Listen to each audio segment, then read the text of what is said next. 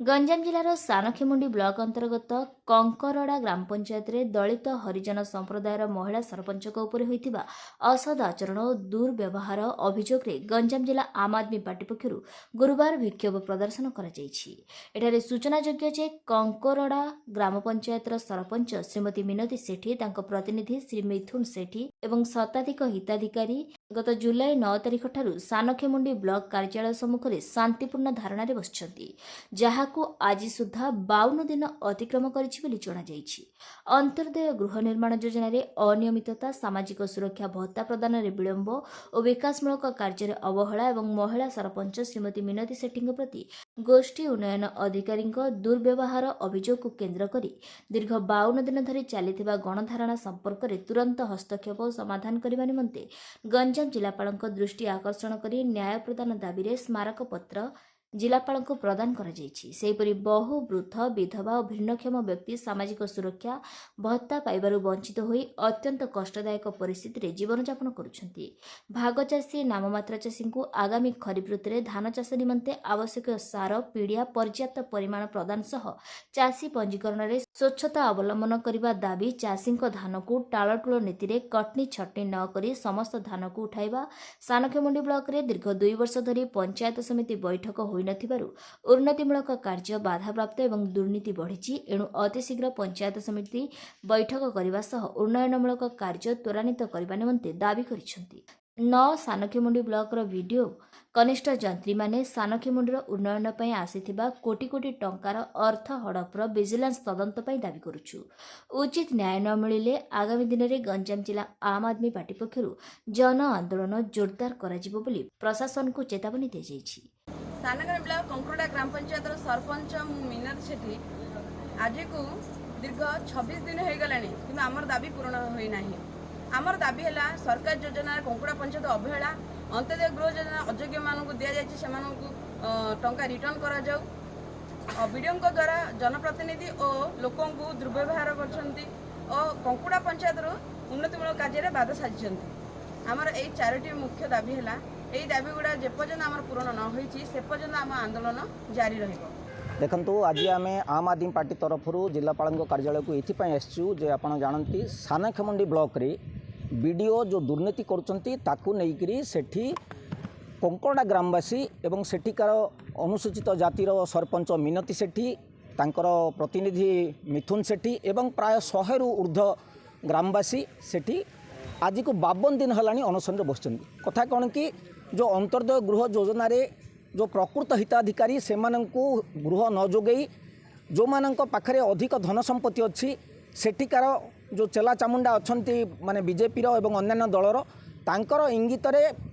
सेठिकार video से घर दौरान जहाँफल साधारण लोक से वंचित होती। तेणु यह केते दूर जस्टिस आपण मैंने चिंता करेंगे। द्वितीय है सेठी कंकरड़ा पंचायत रे जो माने वृद्ध अच्छा वृद्धा अच्छा विधवा अच्छा एवं भिन्नक्षम व्यक्ति अच्छा से